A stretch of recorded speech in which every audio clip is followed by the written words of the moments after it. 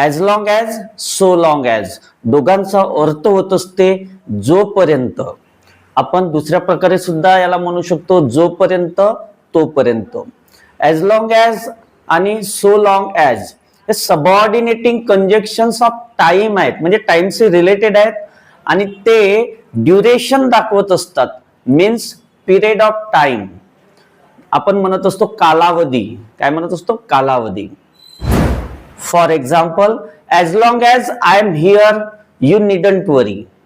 या सेंटेन्स मध्ये as long as च्या ठिकाणी तुम्ही सो लॉंग ॲज पण वापरू शकता. So long as I am here you needn't worry अर्थ होत असते जोपर्यंत मी इथं आहे तुला काळजी करायची गरज नाही.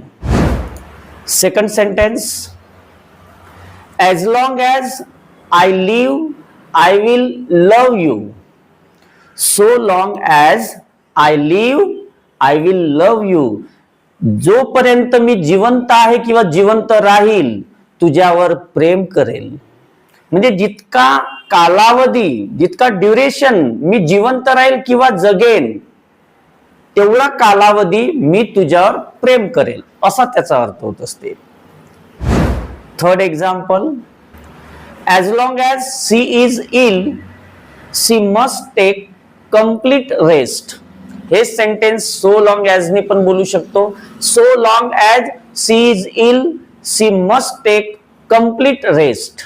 याचा अर्थ होत असतो जोपर्यंत ती आजारी आहे किंवा आजारी राहील तिला पूर्ण विश्रांती घ्यायलाच पाहिजे.